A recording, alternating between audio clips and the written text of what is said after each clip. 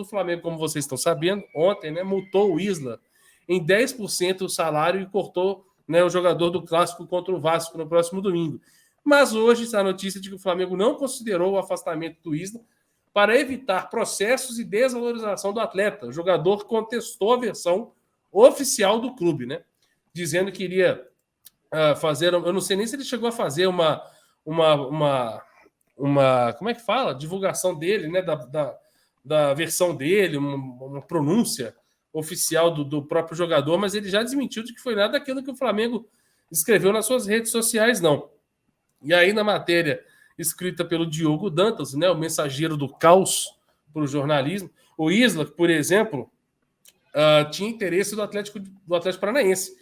E por conta dessa situação que ele teve com o Flamengo, dificultou ainda mais, né, uma possível investida do Atlético Paranaense ou de qualquer outro clube pelo Isla. Mas nós vamos falar sobre o Isla em outro clube já. Depois desse, vai ser o próximo assunto. Né, Rafa? Mas ainda dentro disso daí, a diretoria do Flamengo entende que fez o que estava dentro do alcance e aparado pela lei ao multar o lateral Isla em 10% do salário, o que representa cerca de R$50 mil.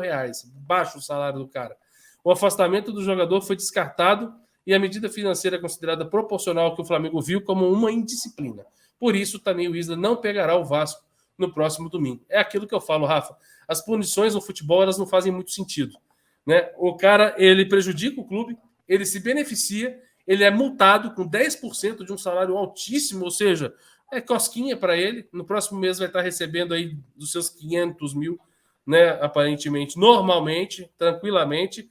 E o cara ganha mais uma punição, que é mais um prêmio, que é ficar fora do jogo, né? É como se você tivesse feito muita coisa errada no carnaval. Seu chefe chega para você e fala assim: você errou? Então, beleza. Então, a sua punição agora é que na quinta-feira, pós-carnaval, você não vai vir aqui trabalhar. Você vai ficar em casa. Entendeu? Essa é a punição.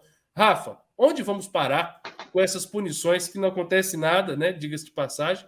E eu queria também saber a sua opinião sobre o caso Isla, se o Flamengo agiu certo ou não, para pensar um pouco na questão de processos e de desvalorização do atleta. Cara, o Flamengo acaba caindo aí numa sinuca de bico. Como você falou, por tudo que o Isla fez, sobretudo essa questão de agir de má fé com o clube, não foi simplesmente o jogador não se apresentar ou não aparecer no horário, ele induziu o Flamengo possivelmente a acreditar que ele tinha um quadro viral que ele não tinha e que não impediu de curtir a noite. Mas realmente esse tipo de situação a gente tem que ter muita prudência, porque aquilo que o clube pode fazer, aquilo que o clube não pode fazer, acaba sendo muito moldado pela jurisprudência trabalhista, né? Porque você tem que ver o que caracteriza uma justa causa, que seria o caso do Flamengo rescindir o contrato. Infelizmente, essa questão dele ter saído à noite, infelizmente não gera justa causa, seria até bom para o Flamengo se fosse assim. Deixar o Isla afastado é outra coisa que daria problema para o Flamengo. Infelizmente, a legislação protege o jogador. Quer dizer, felizmente e infelizmente, a depender do caso, a legislação protege o jogador nesse sentido. Ele tem direito de estar treinando nas mesmas condições que os colegas. A reportagem até fala isso. Isso é um trechinho até da Lei Pelé. O jogador ser colocado para treinar à parte, ele acaba não tendo condições de disputar a posição e ele acaba tendo um prejuízo técnico e físico muito grande. A gente tem que lembrar que o fato de um jogador não estar treinando com um grupo ou estar treinando separado, no caso dele, prejudica muito. Ele vai perder massa, prejudica a evolução profissional do próprio jogador. Então, é algo que a jurisprudência trabalhista já afastou há muito tempo. Esse afastamento do jogador com caráter punitivo. Você pode até colocar o jogador para treinar separado. O Rodrigo Caio, por exemplo, está treinando separado. Mas aí você tem um critério médico específico, ou poderia ser para aprimoramento técnico. Mas simplesmente afastar para punir, o clube não pode fazer. Então, nesse ponto, o clube fica nas mãos do jogador, até às vezes quando o jogador força uma situação, talvez para conseguir sair, talvez para conseguir uma rescisão. Isso tudo do Isla que aconteceu é muito estranho. ele alega que está tendo um quadro viral, e esse quadro viral que impede de participar de um jogo de futebol não impede dele passar a noite festejando e ainda expor o clube e colocar isso nas redes sociais, cara. Isso foi... E na reportagem, o próprio staff do Isla admite que foi um erro. E isso é outra coisa pior. Quer dizer, admitiu que fez besteira, precisa causar mais tumulto dentro do Flamengo, fala assim, não é bem assim, não. Era para eu estar de folga, eu achei que eu fosse estar de folga no domingo, por que eu estava de folga, por que o Flamengo marcou treino para mim no domingo? Quer dizer, porra, ele é empregado, ele tem que ir, ele tem direito à folga semanal dele, de 24 horas, que seria na segunda-feira, junto com todo o grupo. Ele não tem que especular sobre qual dia ele estaria de folga ou não. Isso assim, é uma história totalmente sem sentido. Às vezes parece até que é uma cavada, às vezes até que parece que o jogador está bastante infeliz em ser o terceiro reserva do Flamengo e por isso está querendo criar uma situação para ir embora. Aliás, ele é o terceiro reserva do Flamengo até a hora que o Paulo Souza começar a observar o Wesley. O Wesley, que veio do Tubarão, jogou a Copinha, jogou o começo do Carioca. A hora que o Paulo Souza observar o Wesley, o Isla vai passar a ser o quarto reserva. Bom, mas aí tem aquilo que a gente quer fazer e aquilo que nós podemos fazer, né? No final da reportagem, até um dirigente do Flamengo, que eu não sei quem falou especificamente sobre isso. Não dá para o Flamengo simplesmente afastar o jogador e depois tomar um processo lá na frente por assédio moral. Porque se tomar assédio moral vai dar rescisão indireta, vai ter que pagar verba rescisória para ele, cláusula compensatória, e se bobear até um dano moral para esse cara.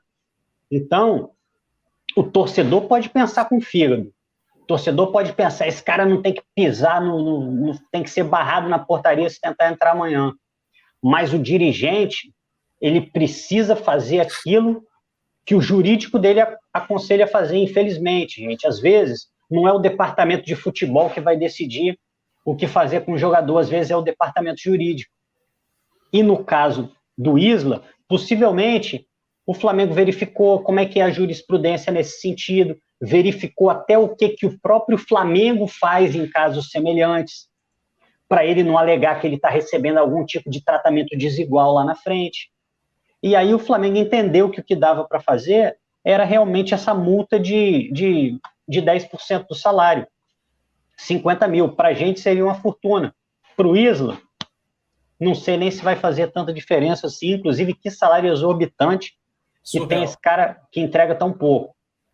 E aí, para acabar com a nossa tristeza, né, para acabar de vez com a nossa quarta-feira, a gente fica sabendo que havia um clube interessado, o Atlético Paranaense tinha um interesse no jogador, e agora vai pensar duas vezes por conta dele se envolver em uma situação de indisciplina. Acho que o Isla foi um cara que chegou no Flamengo, empolgou nos primeiros jogos, acho que poderia ter tido um final de maneira um pouco mais honrosa. Assim, tem outros jogadores no Flamengo que estão no banco, jogadores até muito mais consagrados que ele. O Diego Ribas é muito banco do Flamengo, o Pedro, de vez em quando, é banco do Flamengo, Arão, acho que vai pegar um banco, e o jogador tem que saber, tem que respeitar o colega que está jogando, que está na frente dele, e o Isla parece que não conseguiu fazer nada disso. Não sei como está a situação dele perante o grupo, não acredito que esteja tão boa assim, e agora é reduzir dano, como a diretoria tentou fazer. Agora é sinalizar que o jogador está aberto aí ao mercado, quem fizer alguma proposta, o Flamengo não vai dificultar, e é isso mesmo. E, sinceramente, Arthur, para mim o Flamengo já poderia ter essa postura muito antes desse episódio de domingo. O Isla tem colaborado muito pouco. Pô, aí, às vezes que o Isla entra em campo, o cara não dá em bola. Ele está muito atrás do Rodinei e muito atrás do Mateuzinho. Um jogador que ganha mais de R$500 mil por mês. Então, era uma postura que o Flamengo, inclusive, já poderia ter. Gostaria que já tivesse até conseguido, de alguma forma, vender o Isla antes. Fica difícil porque o Flamengo paga ele um salário muito alto, que muitas vezes os times até têm interesse no jogador, mas não tem interesse ou condição de pagar um salário semelhante ao que o Flamengo paga.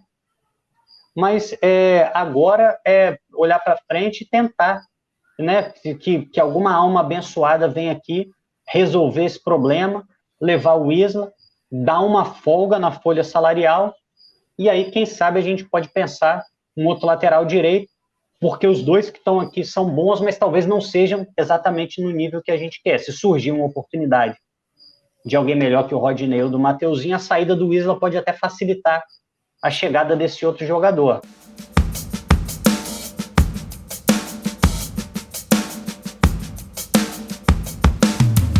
O Zona Rubro-Negra tem um recado especial para você que gosta de apostar ou está tentando entrar nesse mundo e não sabe por onde começar. Em parceria com a The Player, que é a nossa grande patrocinadora, nós queremos falar para vocês sobre a Betfair, que é uma das maiores casas de apostas do mundo e que está sendo utilizada também como parceira aqui no Zona Rubro-Negra.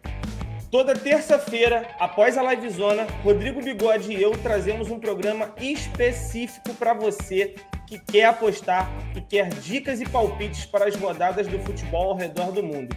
E a Betfair tem uma notícia especial para você, que é a promoção Segure Esta Bolada.